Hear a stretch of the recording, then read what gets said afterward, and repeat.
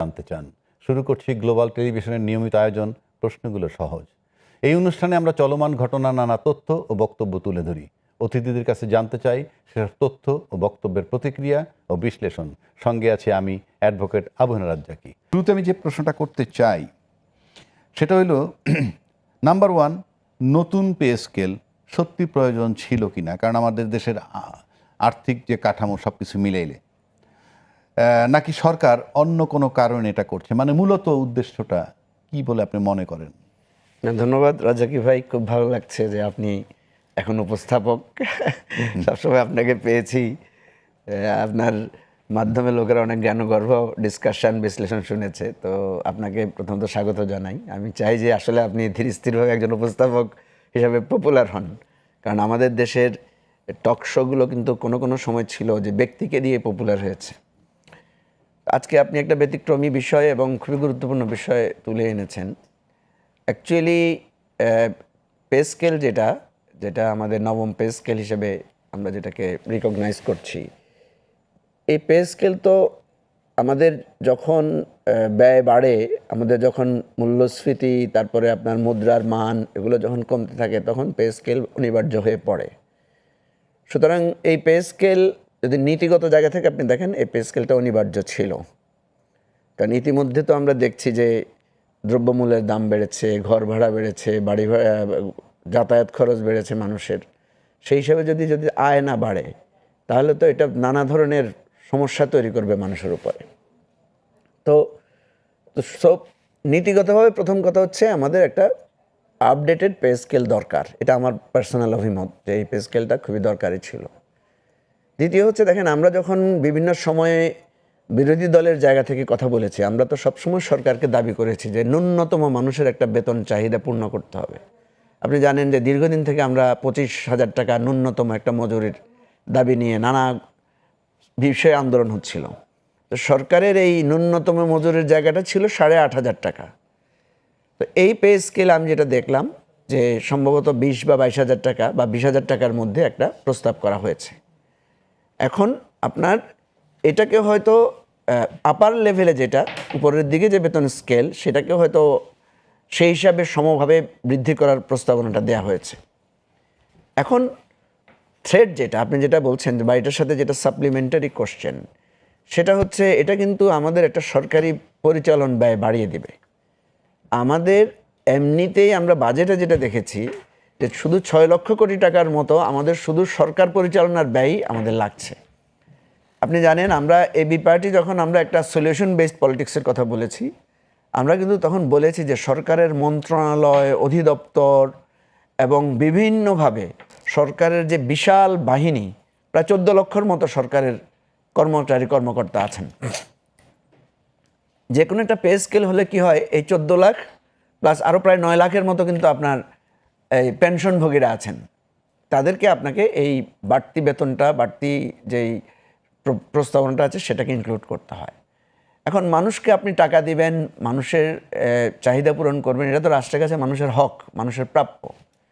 কিন্তু কথা হচ্ছে আপনার আসলে এই 14 লাখ কর্মচারী লাগছে কিনা। আপনি জানেন যে 5 লাখ কিন্তু আরও শূন্যপদও আছে, 5 লাখ শূন্যপদ আছে কিন্তু সরকার, তার মানে কি এটা 19 লাখ হয়ে যায়। এবং সরকার আরও শুনেছি যে উদ্যোগ নিচ্ছে যে এই 5 লাখ পূরণ করার জন্য। আমরা যেটা হিসাব করে দেখেছি, যদি এই পে স্কেল ইমপ্লিমেন্ট করা হয় তাহলে কিন্তু 1 লক্ষ কোটি টাকার প্রায় একটু বেশি টোটাল আমাদের খরচ কিন্তু বেড়ে যাবে। অর্থাৎ যেটা ছিল 6 লক্ষ কোটি টাকা পরিচালন ব্যয়, সেটা 7 লক্ষ কোটি টাকা হয়ে যাবে। অথচ আমাদের, আপনি জানেন যে ট্যাক্স উঠে নাই 4 লাখ কোটি টাকার বেশি। যদিও এবার সরকার বলছে তারা 6 লাখ কোটি টাকা তারা ট্যাক্স আদায় করবে, কিন্তু সেটা নিয়ে কিন্তু যথেষ্ট সন্দেহ আছে। তো প্রশ্ন হচ্ছে দুটো, তাইলে একদিকে আপনার প্রয়োজন, মানুষের বিপদ আপদ, মানুষের খরচ মানুষ সামলাতে পারছে না, এবং আমরা যেটা মনে করি আপনি যদি ন্যায্য মজুরি না দেন তাহলে সে দুইটা কাজ করবে। একটা, তার কাছ থেকে কোয়ালিটি সার্ভিস পাবেন না, 2 নম্বর হচ্ছে সে দুর্নীতি করবে। আপনি যদি দুর্নীতির পথ বন্ধ করতে হয়, তাকে যথাযোগ্য মজুরি দিতে হবে। তো এই জায়গা থেকে আমি আপাতত কথাখানেই শেষ করছি যে আমি মনে করি এটা খুবই প্রয়োজন ছিল এই পে স্কেলটা। বাট আমি যেটা মনে করি ব্যয় সাশ্রয়ের একটা ব্যাপার আছে, সেজন্য আমার মনে হয় যে আমাদের সরকারি কর্মচারীদের এই মন্ত্রণালয়, অধিদপ্তর এগুলো কমিয়ে আনা দরকার। এইবার স্বাভাবিক নিয়মে 5-6 বছর পর পর একটা পে স্কেল করা দরকার। এটা কিছুক্ষণ আগে বলছিল যে মঞ্জু ভাই যে হ্যাঁ যৌক্তিক, কারণ সব কিছু বাড়তেছে সেই হিসেবে বাড়ানো দরকার। কিন্তু আমাদের দেশের সার্বিক যে পরিস্থিতি, এই যে বিদ্যুৎ সংকট, গ্যাস সংকট, নানান সংকটে আমরা আছি, ঠিক তার ভিতরে ওই যে যুক্তিটা, সেই যুক্তি মোতাবেক 11 বছর পর বেতনটা বাড়ানো এই মুহূর্তে মানে কি আপনি কি যৌক্তিক বলে মনে করছেন কিনা? আপনাকে অনেক ধন্যবাদ মঞ্জু ভাইকে শুভেচ্ছা। ফ্যাক্টরটা হয়েছে কি, অনেক সময় যৌক্তিক কাজ কিন্তু যৌক্তিকভাবে করার সুযোগ হয় কিনা সেটা একটা প্রশ্ন। যেমন মনে করেন যে পে স্কেল বাড়ানো যৌক্তিক কেন, তার কারণ হচ্ছে আপনার জিনিসপত্রের দাম বেড়ে গেছে। জিনিসপত্রের দাম যদি না বাড়তো, লিভিং কস্টটা যদি আমার লিমিটেড থাকে, তখন কিন্তু আমার পে স্কেলের প্রয়োজন হয় না। এই কথা আমি আজকে 11 বছর ধরে কিন্তু এটা একটা বক্তব্য। কারণ এই যে পে স্কেলগুলো আমাদের বাড়ানো হয়েছে, দেখেন এটাও আমি একটু বলি, পে স্কেল যে বাড়ানোর প্রক্রিয়া বা এটা বিগত সরকারের সময়ে আপনি এটা টাইমিংটা যদি দেখেন, দেখবেন যে যখনই একটা ইলেকশন আসতো, তৎকালীন সময়ের কথা বলছি, আপনি দেখেন খেয়াল করে 14তে একবার বাড়িয়েছে, মানে শাক দিয়ে মাছ ঢাকা আর কি, মানে আপনাকে একটা খুশি করে দেওয়ার প্রবণতা, যাকে যেভাবে খুশি করা যায়, এই জায়গা থেকে কিন্তু ওই পে স্কেলটা বেড়েছে। এখন পে স্কেল বাড়ানো কিন্তু কোনো সমাধান না। আমি নিজে কিন্তু দেখেন, আপনি বা মঞ্জু ভাই কিন্তু পে স্কেলের সুবিধাভোগী না, এখানে কিন্তু আমি পে স্কেলের সুবিধাভোগী, ঠিক আছে? এবং আমি পে স্কেলের আমরা ইনডাইরেক্টলি সুবিধাভোগী আর কি। হ্যাঁ, আপনারা ইনডাইরেক্টলি, আমরা যখন বাসায় বেড়াতে যাব তখন ভালো ভালো খাওয়া দিতে হবে আমাদেরকে। আচ্ছা, কিন্তু আমি মনে করেন ডিরেক্ট, মানে এটা কিন্তু আমার সাথে যুক্ত, এই জন্য আমি কথাটা বলছি যে আসলে কি, আপনি যদি আমাকে জিজ্ঞেস করেন আপনি কি চান পে স্কেল বাড়ুক, আমি কিন্তু সত্যিকার অর্থে পে স্কেল বাড়ুক চাই না। আমি কি চাই জানেন? আমি চাই আমার বিদ্যুতের বিলটা কমুক, আমি চাই আমার খাবারের বিলটা কমুক, আমি চাই আমার গ্যাসের বিলটা কমুক, আমি কিন্তু এইটা চাই। আমি চাই যে আমার ভ্যাট ট্যাক্সটা কমুক, হ্যাঁ, আমি যে রোড ট্যাক্সটা দেই সেটা কমুক, আমি কিন্তু সেগুলো চাই। কিন্তু বাস্তবতা হচ্ছে যে আমার যে বেতনটা বাড়ানো হবে, সেই বেতন বাড়ানোর নেপথ্যে আরেকটা রাজনীতি কাজ করবে। সেটা কি? সেটা হচ্ছে এই যে ঊর্ধ্বমুখী দাম, এই ঊর্ধ্বমুখী দাম কিন্তু আর নিম্নগামী হবে না, ঊর্ধ্বমুখী দাম আরও ঊর্ধ্বগামী হবে। তো এখন যে পে স্কেল, এখন আরেকটা বিষয় বলি, ফিসক্যাল ক্যাপাসিটি আমাদের আসলে এটা আছে কিনা, এটাও আমার একটা প্রশ্ন। যে আপনার এত যে টাকা, আপনি চিন্তা করে দেখেন, আমরা যে এখন এই যে বিদ্যুৎ সংকটের কথা বলছি, 3 লক্ষ কোটি টাকা সম্ভবত আমাদের লোন আছে, মানে বিদ্যুতের খাতে 3 লক্ষ কোটি, ঠিক আছে? এই লোনের টাকা, তারপরে IMF এর লোনের টাকা, ক্যাপাসিটি চার্জের টাকা, আদানির ওই তো ক্যাপাসিটি, হ্যাঁ, মানে সেটা তো এইগুলা দেওয়ার পরে আসলে আপনি এই পে স্কেলটা বাড়ালে কি সমস্যার সমাধান হবে? আমি অনেস্টলি বলছি, একজন নাগরিক হিসেবে আমার কাছে মনে হয় এই মুহূর্তে পে স্কেল বাড়ানোর মতো ক্যাপাসিটি বাংলাদেশের রাষ্ট্রের আছে বলে আমি মনে করি না। বরঞ্চ এই মুহূর্তে যদি পে স্কেলটা বাড়ানো হয়, সেক্ষেত্রে আমি একটা হতে পারি, ওই যে খুশি। আজকাল তো ভাই সরকার পক্ষ, বিরোধী পক্ষ, সকল পক্ষের রাজনীতি যারাই করে, যদিও মঞ্জু ভাই পাশে বসে আছে, তাদের একটা যে জনতুষ্টিবাদী একটা বিষয় খুব দৃশ্যত দেখা যায়। কিন্তু যেহেতু আমি শিক্ষকতা করি, তো জনগণকে তুষ্ট করা তো আমার কাজ না। সেই জায়গা থেকে আমি একটা কথা বলি যে আপাত সমস্যার সমাধান হিসেবে আমি আপনার পে স্কেল বাড়িয়ে দিলাম, এটা কোনো সমস্যার সমাধান না। আপাত সমস্যার সমাধান হিসেবে, আপাতত কোনো সমস্যার সমাধান, জাতি হিসেবে আমরা অ্যান্টিবায়োটিক খেতে খেতে অভ্যস্ত হয়ে গেছি, বুঝতে পারছেন? অ্যান্টিবায়োটিক আমাদের ভালো লাগে, অর্থাৎ পড়বে আর সাথে সাথে আমরা ঠিক হয়ে যাব। তো সেই জায়গাটা আমি আসলে মনে করি না। আমার কাছে মনে হয় যে এই মুহূর্তে যেহেতু দেশের অনেকগুলো ক্রাইসিস আছে, যেটা কিন্তু সব কিন্তু হ্যান্ডেল করাটা অনেক কঠিন। বিদ্যুৎ, গ্যাস, আমি অনেক বেশি কনসার্ন।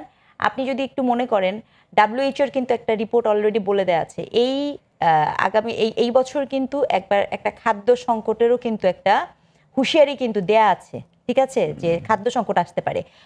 আমার পল্লী বিদ্যুতের এটা তো মানে আল্লাহর রহমত যে আপনার এবার বৃষ্টি পড়ছে, বৃষ্টির কারণে কিন্তু ওই পাম্পে সেচ করে আমরা আমাদের পানিটা তোলা লাগছে না। যদি না হতো তাহলে কিন্তু খুব বিপদ হয়ে যেত। তো সেই জায়গাটাতে অলরেডি আমার বিদ্যুতের চাহিদা, আমরা মনে করি যে শহরে আমাদের বিদ্যুতের প্রয়োজন, কিন্তু আমার কাছে মনে হয় শহরের থেকে এই যে সেচ বলেন, পাম্প বলেন, কলকারখানা, এই বিদ্যুতের চাহিদা করা খুব জরুরি। আমাদের জ্বালানি খরচের দিকে মনোযোগটা দেওয়া জরুরি। তারপরে একটা স্থিতিশীল অর্থনীতিতে যখন আমরা পৌঁছাবো, সেই সময় যে আমরা পে স্কেলের কথা চিন্তা করি এবং জিনিসপত্রের দামটাকে আমরা মিনিমাইজ করার চেষ্টা করি। আমি আপনার কাছে আবার আসবো। একটা অনেকগুলো কথা রেজনা করেন, স্নিগ্ধা বলছে তারপরে তো অনেক বিষয় শুনছি। সে বলছে পে স্কেলটা মানে বেতন বাড়ানো, সহজ বাংলায় বেতন বাড়ানোর চেয়ে যদি আমি কমাতে পারি দ্রব্যমূল্যের দাম বা বিদ্যুতের দাম বা গ্যাসের দাম, সেইটা খুব বেশি জরুরি। আর যদি ওইগুলা দামের জন্য কাভারেজ হয় সেটা ভিন্ন কথা। পাশাপাশি আরও কতগুলো কথা বলছে, যেমন বিদ্যুৎ আমরা শহরে পাচ্ছি বলতে গেলে অনেক বেশি, গ্রামে পাচ্ছি না। কিন্তু আমার চাষের সাথে সম্পর্ক, বিভিন্ন কাজের সাথে, গ্রামের ইরিগেশনের সাথে সম্পর্ক, সেই সব ফলে সেখানে বেশি দিতে হয়। এই সব কিছু মিলিয়ে যদি আপনি ভাবেন, আবার বিদ্যুতের যদি দাম কমাবেন, আপনি কিভাবে কমাবেন? ক্যাপাসিটি চার্জ দিতে হয়, যেটাখান থেকে আমি বিদ্যুৎ পাচ্ছি না বাট ক্যাপাসিটি চার্জ দিতে হয়। এই সব কিছু মিলিয়ে এই জটিল বিষয়টা আপনি কিভাবে একটা সাজেশন দিবেন গভর্নমেন্ট, সরকারকে? আমি বলি, প্রথমত হচ্ছে যে স্নিগ্ধা তো একজন একাডেমিশিয়ান, ওনার দৃষ্টিটা কিন্তু একাডেমিক্যালি উনি বলেছেন। বাস্তবতা হচ্ছে দেখেন, 11 বছর পর কিন্তু একটা পে স্কেলের প্রপোজাল আসছে। 11 বছর একটা রাষ্ট্রের এবং গ্লোবাল ইকোনমির এই জায়গাটা আমাদেরকে হিসাব করতে হবে। 11 বছর আগে উৎপাদন মূল্য, এখনকার উৎপাদন মূল্য কত? 11 বছরের মধ্যে মানুষের ঘর ভাড়া, স্কুলের বেতন, নানাভাবে, এটা যদি আমি ধরেও নিই যে মূল্যস্ফীতির কারণে একটা চেঞ্জ কিন্তু হয়েছে। এখন প্রশ্ন হচ্ছে, স্নিগ্ধা যে কথাটার দিকে গুরুত্ব দিয়েছেন সেটা গুরুত্বপূর্ণ, যে আমি যদি দ্রব্যমূল্য, মানুষের যদি ব্যয়ের জায়গাটা থামাতে পারতাম, তাইলে এই জায়গাটা আমি কমাতে পারতাম। আমি ওইটা তো পারছি না। না পারারও এর অনেকগুলো কারণ আছে। যেমন আমাদের ধরেন, আমাদের বিদ্যুৎ যে আমরা কিনছি, অনেক দাম দিয়ে কিনছি। কেন? একটা তো হচ্ছে বিদ্যুতের উৎপাদন মূল্য যা, তার চাইতে বেশি আমি দিচ্ছি, আবার সরকারও সেখানে ভর্তুকি দিচ্ছে। কেন? এই পুরাটা হচ্ছে আমাদের একটা ভুল, একটা নীতির কারণে। আপনি এটা এত বেশি আলোচনা হয়েছে যে গ্রামে গঞ্জের মানুষেরও এখন মুখস্থ হয়ে গেছে। আমাদের 32,000 মেগাওয়াট উৎপাদনের সক্ষমতা আছে, কিন্তু আমার বিদ্যুৎ চাহিদা আছে 17,000 বা 16,000 মেগাওয়াট, অর্ধেকের মতো, অলমোস্ট অর্ধেকের একটু বেশি। এরপর আমি সেই 16,000 উৎপাদন করতে পারছি না, আমি পাচ্ছি 10 থেকে 12,000। কারণ কি? কারণ হচ্ছে বিদ্যুৎ উৎপাদনের জন্য যে র মেটেরিয়াল, আমার যে গ্যাস বা তেল বা কয়লা দেওয়ার কথা, সেটা আমি দিতে পারছি না। কেন পারছি না? কারণ আমি মাত্র 5% জ্বালানি আমার দেশ থেকে আমি উৎপাদন করতে পারি, বাকি 95 ভাগই আমাকে বাইরে থেকে আমদানি করতে হয়। আচ্ছা, তাহলে আমার ঘরে খাবার নাই, কিন্তু 95 ভাগ খাবার আমাকে আনতে হয়। কিন্তু আমি খাবারের জন্য ব্যবস্থা করে রেখেছি 32,000, আবার এই 32,000-এর জন্য আমাকে আলাদা পেমেন্ট দিতে হচ্ছে। তাইলে দেখেন, এই যে 16 বাকি 15-16,000 বেশির টাকাটাও আবার আমাকে এই বিদ্যুতের মূল্যের সাথে যোগ করতে হচ্ছে। তার বাইরে আমি কুইক রেন্টালের নামে যেগুলো করেছি, যেগুলো অনেক দাম দিয়ে, সেগুলো আমাকে উচ্চ দামে আমাকে পেমেন্ট করতে হচ্ছে। এই যে আমার 50-60 হাজার কোটি টাকা এক্সট্রা লোড আমার পিপলের উপরে আমি বিদ্যুৎ দিয়ে করছি, গ্যাস দিয়ে করছি, এটার ইফেক্ট তো আমার দ্রব্যমূল্যের উপর পড়ছে, এটা আমার জীবনযাত্রার উপর পড়ছে। এখন এই জন্য আমরা বারবার কেন বলি যে আমাদের রাষ্ট্রটাকে ওভারঅল চেঞ্জ করতে হবে। আপনি শুধু একটা জায়গায় মেরামত করলে হবে না। এই যে আমি যদিও সাপোর্ট করছি এই পে স্কেলকে, কিন্তু শুধু আপনি বেতন বাড়াই দিলে তো হবে না, এটার কিন্তু চেইন এফেক্ট আছে। চেইন এফেক্ট কি আমি আপনাকে বলি, যেমন ধরেন এখন বেসরকারি খাতের লোকেরা বলবে যে সরকারি লোকদের বেতন বাড়ছে, আমাদের কি হবে? ওরা যে চাল খায়, আমরা তো একই চাল খাই, ওরা যে তেল খায়, ওরা যে বিদ্যুতের বিল দেয়, আমরা তো দিই। তাহলে বেসরকারি খাতে আন্দোলন শুরু হবে। তাহলে এখানে আপনি 16-17 লাখ বা 15 লাখ লোকের বেতন বাড়াচ্ছেন, আরও তো 30 লাখ 40 লাখ বেসরকারি খাতের লোকদেরও বেতন বাড়ানোর প্রশ্ন আসবে। তার মানে একটা ম্যাসিভ মুভমেন্ট কিন্তু অটোমেটিক্যালি ইনিশিয়েটেড হচ্ছে। এরপর আপনি দেখেন এটার প্রভাব বাজারে পড়বে, এটার সাইড এফেক্টে অন্যান্য জায়গাগুলো সার্কুলেট করবে নানাভাবে এই দাবিটা। এখন প্রশ্ন হচ্ছে যে আপনি বিদ্যুতের, যেমন আমি আপনাকে ছোট্ট একটা উদাহরণ দিই, এই যে সরকার আজকে এসে সারেন্ডার করতেছে যে আমি আগামী 3 থেকে 6 মাসেও বিদ্যুৎ এবং গ্যাসের যে কোনো আশানুরূপ কোনো অগ্রগতি হতে পারে, এটা হতে পারবে না, এরকমই আমরা আশা করছি। এর অর্থ কি? এর অর্থ আপনার উৎপাদন ব্যবস্থা কি হবে? কারখানাগুলো যে বন্ধ হয়ে যাচ্ছে, কি পরিস্থিতি সরকারের অপেক্ষা করছে আগামী দিনে? সরকার বিরোধী দলকে না হয় উল্টাপাল্টা বলে, মানে কি বলে, ওই যে মানে ষড়যন্ত্রের কথা বলে থামাতে পারবে, কিন্তু সাধারণ মানুষকে কি থামাতে পারবে? এখানে আসছে 8,200 টাকার বেতন যারা পায় তাদের জন্য প্রস্তাব আছে 20,000 টাকার, এবং 78,000 টাকা যিনি পান তার জন্য প্রায় 1,60,000 টাকা, রাফলি 100 থেকে 140%। ধরুন মঞ্জু ভাই বলল বাড়ানো দরকার 11 বছর পর, আপনি বলছেন কিছু কমানোর কথা, কিন্তু প্রশ্ন হচ্ছে বাড়ানোর মাত্রাটা যদি আমরা দেখি, 100 থেকে 140% বৃদ্ধি আমার দেশের সার্বিক পরিস্থিতিতে এই সিদ্ধান্তটা কতখানি যৌক্তিক হচ্ছে সরকারের পক্ষ থেকে, এবং এটার বৈরী প্রভাব কোথায় কিভাবে পড়তে পারে? আচ্ছা, না এখানে যেটা হয়েছে কি, আপনি যখন শ্রেণী বৈষম্য সবচেয়ে বড় ব্যাপার। আমার সোসাইটির একটা বাস্তবতা বলি যে এরকম ভাবার কোনো কারণ নাই যে যে চাকরি করে, বিশেষ করে আমরা যখন কথা বলছি পে স্কেলটা তো সরকারি চাকরির জন্য আসছে, সরকারি চাকরি যে করে যিনি বা যারা করেন তাদের ম্যাক্সিমাম ক্ষেত্রেই এই বাস্তবতা তো সত্য যে আপনি সোসাইটাল ভাবে মনে করেন যে সে একটা সিকিউর জব করে। এই একটা জিনিসই কিন্তু সরকারি চাকরির লোভের মূল জায়গা। এর বাইরে আপনি সেকেন্ডারি প্রসেসে সেখানে দুর্নীতি, ঘুষ ইত্যাদি ইত্যাদি থাকে, সেটা তো আর আমাদের কাউন্টের বিষয়, কিন্তু ফ্যাক্ট হচ্ছে সেটা একটা নিশ্চয়তা দেয়। এখন বাকি যে যারা প্রফেশন আছে তারা তো, আমার কথা হচ্ছে যে তাদের বেতন তো আপনার সরকারি চাকরি থেকে বেশি, অনেক, মানে বেতনটা অনেক বেশি। তারপরও মানুষ বেসরকারি চাকরি থেকে সরকারি চাকরি পছন্দ করে। তার কারণ কি? তার কারণ হচ্ছে 1 নাম্বার হচ্ছে সিকিউরিটি, 2 নাম্বার হচ্ছে দুর্নীতি। ঠিক আছে, সিকিউরিটি এবং দুর্নীতি, এই যে দুর্নীতির পয়সাটা আসলে মানুষ নেয় কেন, এটাও একটা প্রশ্ন। আমরা সবসময় বলি, অস্কার লুইসের একটা বিখ্যাত তত্ত্ব আছে, দারিদ্র্যের দুষ্টচক্র। বাংলাদেশ অনেকটা দুর্নীতির দুষ্টচক্রে আক্রান্ত। এখানে ওই যে আপনি বললেন 8,000 টাকা দিয়ে, আচ্ছা বলেন তো ঢাকা শহরের যেই মানুষটার বেতন যদি 8,000 টাকা 10,000 টাকা হয়, এটা সেই মানুষটা তার পরিবার নিয়ে কিভাবে চলতে পারে? ডিফিকাল্ট। তাহলে সেই মানুষটা যখন ওই যে বলে না যে আমার পিওনেরও নাকি কোটি কোটি টাকা, এ কথা বলছিল তো 400 কোটি টাকা, এই যে পিওনেরও যে 400 কোটি টাকা, এটা তো একটার একটার সাথে একই সুতায় গাঁথা।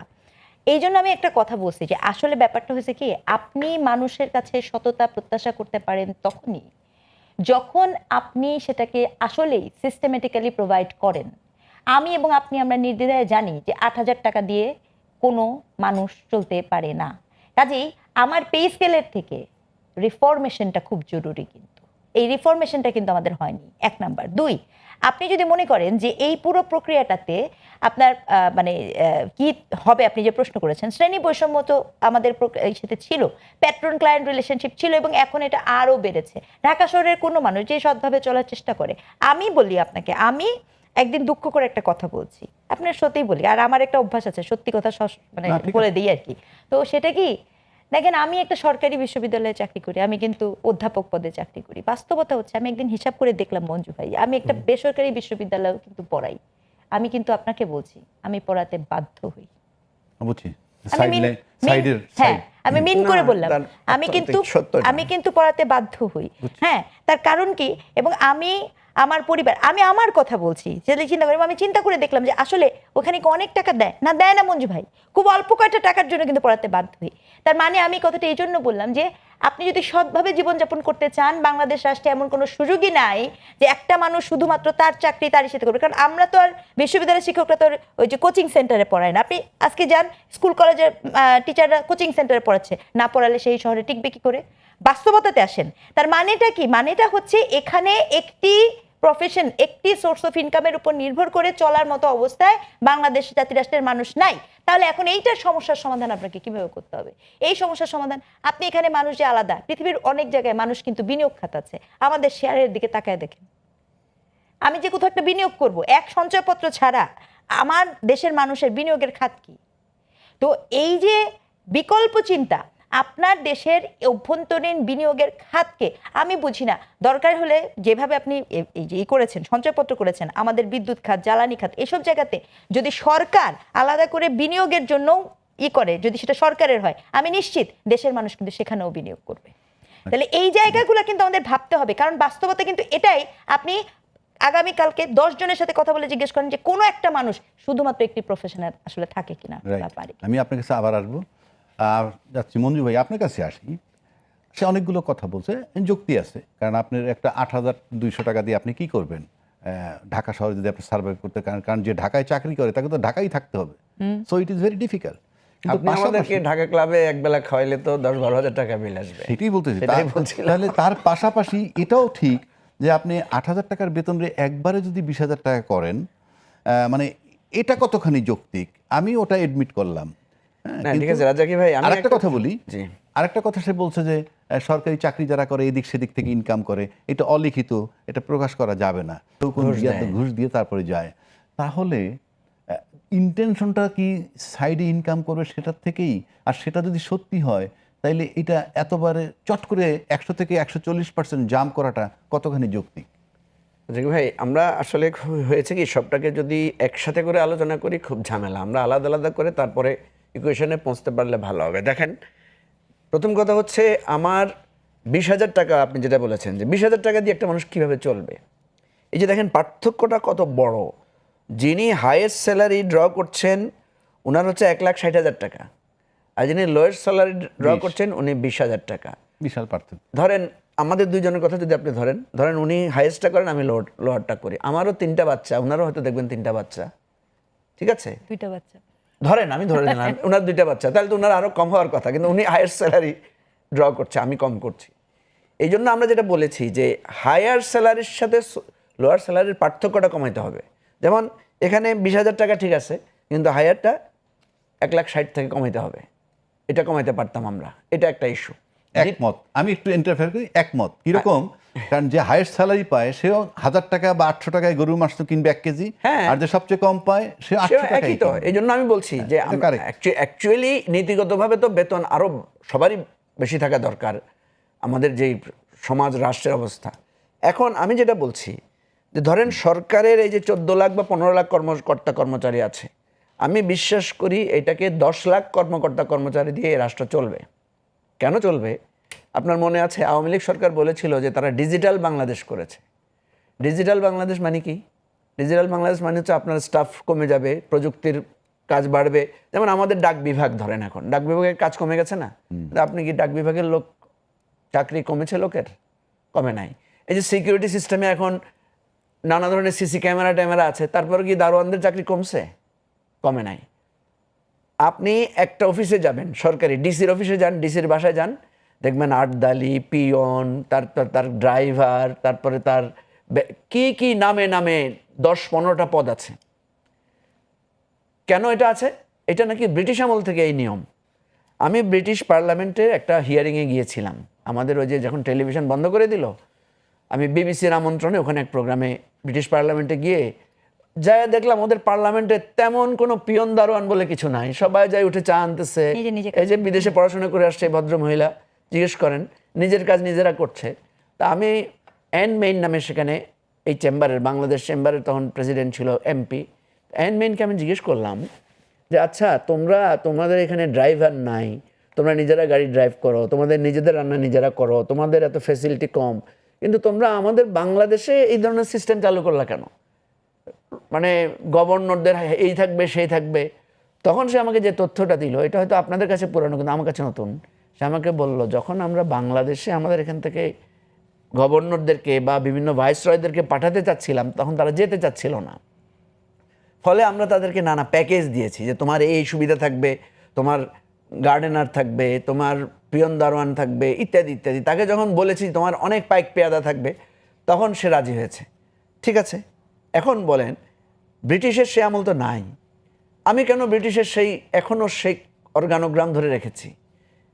ফলে আমাদের এখানে যে কলিং বেল সিস্টেম, রুমে বসে কলিং বেল টিপলে একজন আসবে, চা নিয়ে আসবে, আরেকজন খবর দিবে, এই যে মাথা ভারী প্রশাসন, এইটাকে হাত দিতে হবে। এই জন্য যে স্নিগ্ধা যে কথাটা বলেছে আমি অল অ্যালং সাপোর্ট করি, সেটা হচ্ছে একটা ম্যাসিভ রিফর্ম লাগবে।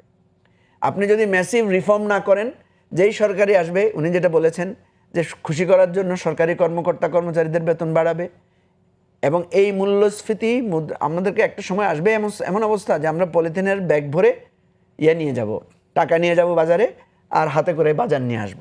পৃথিবীতে তো বিভিন্ন দেশে এই ধরনের পরিস্থিতি আছে। সুতরাং আমাদের ম্যাসিভ একটা চেঞ্জ লাগবে এবং সবাই মিলে এই পরিবর্তনটা করতে আসবো। যাব একটা বিরোধী, তার আগে স্নিগ্ধার কাছে একটা প্রশ্ন রেখে যাচ্ছি। একজন মানে আপনাদের দুজনের আলোচনা যেটা আমরা পাইলাম, একজন সরকারি কর্মচারীর বেতন বাড়লো, কিন্তু একজন বেসরকারি চাকরিজীবীর বেতন নিয়ে আমরা কোনো কথা বলছি না, একজন দিনমজুরের বিষয় নিয়ে আমরা কোনো কথা বলছি না, এবং এই পে স্কেল তাইলে বৈষম্য তৈরি করবে কি না সেই প্রশ্নটা রেখে একটা বিরতিতে যাচ্ছি। দর্শক, নিচ্ছি ছোট্ট একটা বিরতি, ফিরে আসবো কিছুক্ষণ পরে, ততক্ষণ সঙ্গে থাকুন।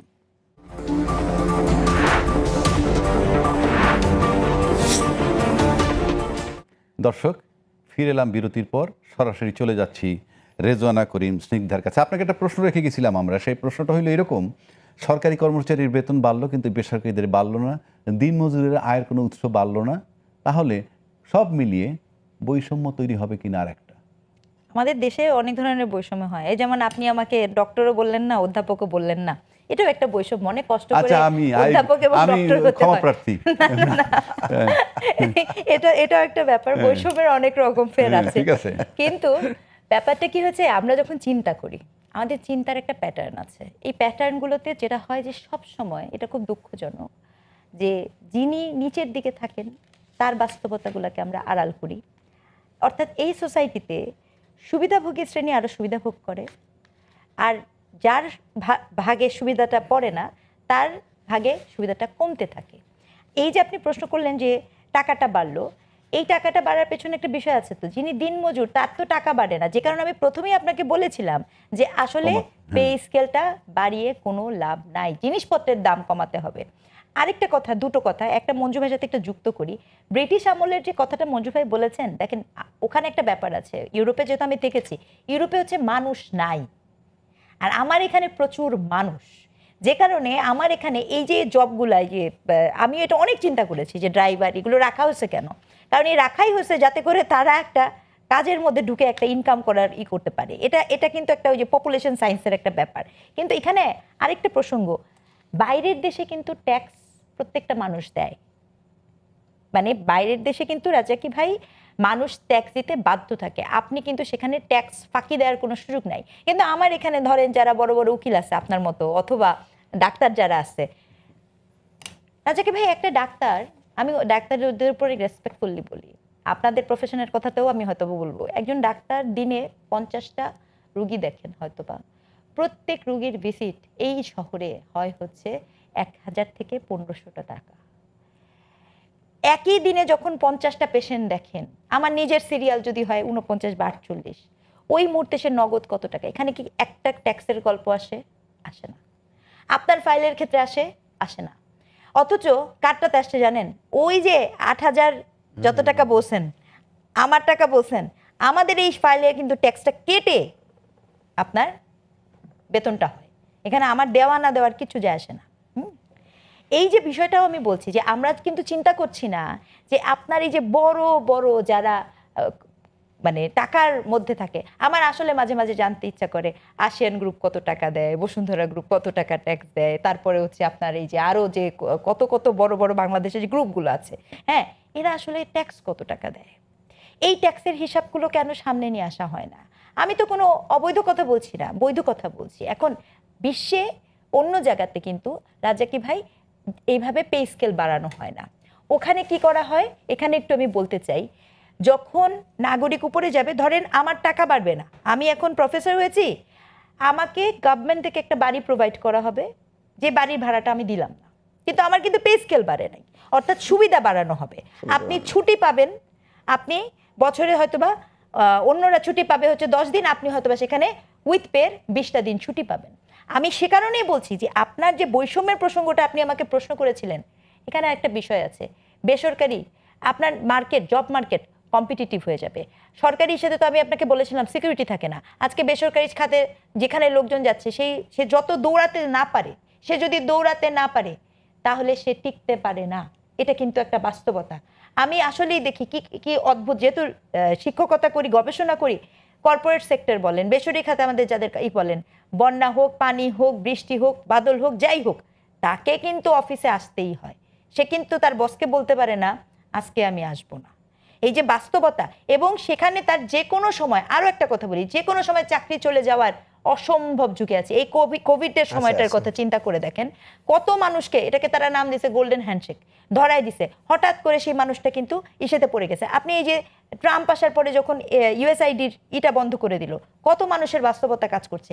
এই বিষয়গুলোর জন্য কোনো সিকিউরিটি ফর্ম এখানে করা হয়নি।